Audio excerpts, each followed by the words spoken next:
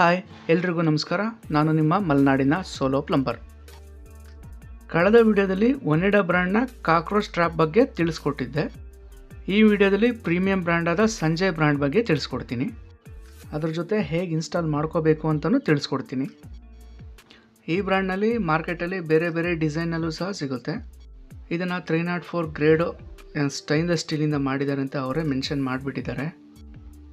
ಬಾಕ್ಸ್ನ open ಮಾಡಿದ್ರೆ ನಿಮಗೆ ಒಳಗಡೆ ಗ್ರೇಟಿಂಗು, ಇನ್ನರ್ ಬೋಲು, ಔಟರ್ ಬೋಲು ಮತ್ತು ಫ್ರೇಮ್ ಸಹ ಸಿಗುತ್ತೆ.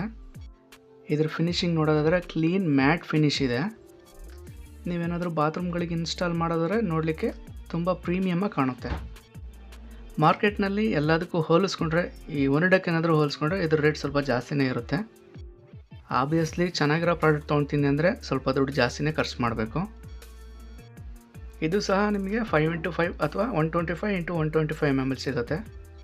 ಇಲ್ಲಿ ಮೇಲ್ಗಡೆ ಈ ಗ್ರೀಟಿಂಗಲ್ಲಿ ಏನು ಸ್ಕ್ವೇರ್ ಹೋಲ್ಸ್ ನೋಡ್ತಿದ್ದೀರಾ ಅದರಲ್ಲೂ ಬೇರೆ ಬೇರೆ ಡಿಸೈನ್ ಎಲ್ಲ ಸಿಗುತ್ತೆ. ವೇವ್ ಶೇಪು, ರೌಂಡ್ ಶೇಪು ಮತ್ತು ಟೈಲ್ನ ಅಷ್ಟಾರು ಕಟ್ ಮಾಡಿ ಹಾಕೋಂಥ ಆಪ್ಷನ್ ಸಹ ಇದರಲ್ಲಿದೆ. ಈ ಮಿಡ್ ರೇಂಜ್ ಬಾತ್ರೂಮ್ಗಳಿಗೆ ಈ ಜಾಸ್ತಿ ಚೆನ್ನಾಗಿರೋ ಟೈಲ್ಸ್ಗಳು ಹಾಕಿರೋ ಜಾಗಗಳಿಗೆಲ್ಲ ನಾವು ಇದನ್ನೇ ಪ್ರಿಫರ್ ಮಾಡ್ತೀವಿ. ಇದನ್ನು ಇನ್ಸ್ಟಾಲ್ ಮಾಡೋದ್ರ ಬಗ್ಗೆ ತಿಳಿಸ್ಕೊಡ್ತೀನಿ ಬನ್ನಿ. ಇಲ್ಲಿ ಟೈಲ್ನ ಗ್ರೀಟಿಂಗ್ ಸೈಜ್ಗೆ ನೀಟಾಗಿ ಕಟ್ ಮಾಡಿ ವೈಟ್ ಸಿಮೆಂಟ್ನ ಹಾಕ್ಕೊಳ್ತಾ ಇದ್ದೀನಿ. ಟ್ರೈನ್ ಔಟ್ಗೆ ನಾವು ಪಿ ಟ್ರ್ಯಾಪ್ ಅಥವಾ ನಾನಿ ಟ್ರ್ಯಾಪ್ ಏನು ಹಾಕ್ತೀವಿ ಅದನ್ನು wall to wall 6x6 centre ಮಾಡಿಟ್ರೆ ಈ ರೀತಿ ಟೈಲ್ ಹಾಕ್ಲಿಕ್ಕೂ ಈಸಿ ಆಗುತ್ತೆ ಮತ್ತು ಯಾವುದೇ ರೀತಿ ಲೀಕೇಜ್ ಆಗೋದಿಲ್ಲ. ಇಲ್ಲಿ ವೈಟ್ ಸಿಮೆಂಟ್ ಬದಲು ಎಪಾಕ್ಸಿನೂ ಹಾಕ್ಕೊಳ್ಬೋದು. ಎಪಾಕ್ಸಿ ಸ್ವಲ್ಪ ಕಾಸ್ಟ್ಲಿ ಇರೋದ್ರಿಂದ ನಾನಿಲ್ಲಿ ವೈಟ್ ಸಿಮೆಂಟ್ನ ಯೂಸ್ ಮಾಡ್ತಾಯಿದ್ದೀನಿ. ಈ ರೀತಿ ನೀಟಾಗಿ ಫಿಲ್ ಮಾಡೋದ್ರಿಂದ ಮಳೆಗಾಲದಲ್ಲಿ ಈ ಇನ್ಸೆಕ್ಟ್ಸ್ ಏನು ಬರುತ್ತೆ, ಈ ಎರೆಹುಳುಗಳೆಲ್ಲ ಬರೋದೆಲ್ಲ ಅವಾಯ್ಡ್ ಆಗುತ್ತೆ.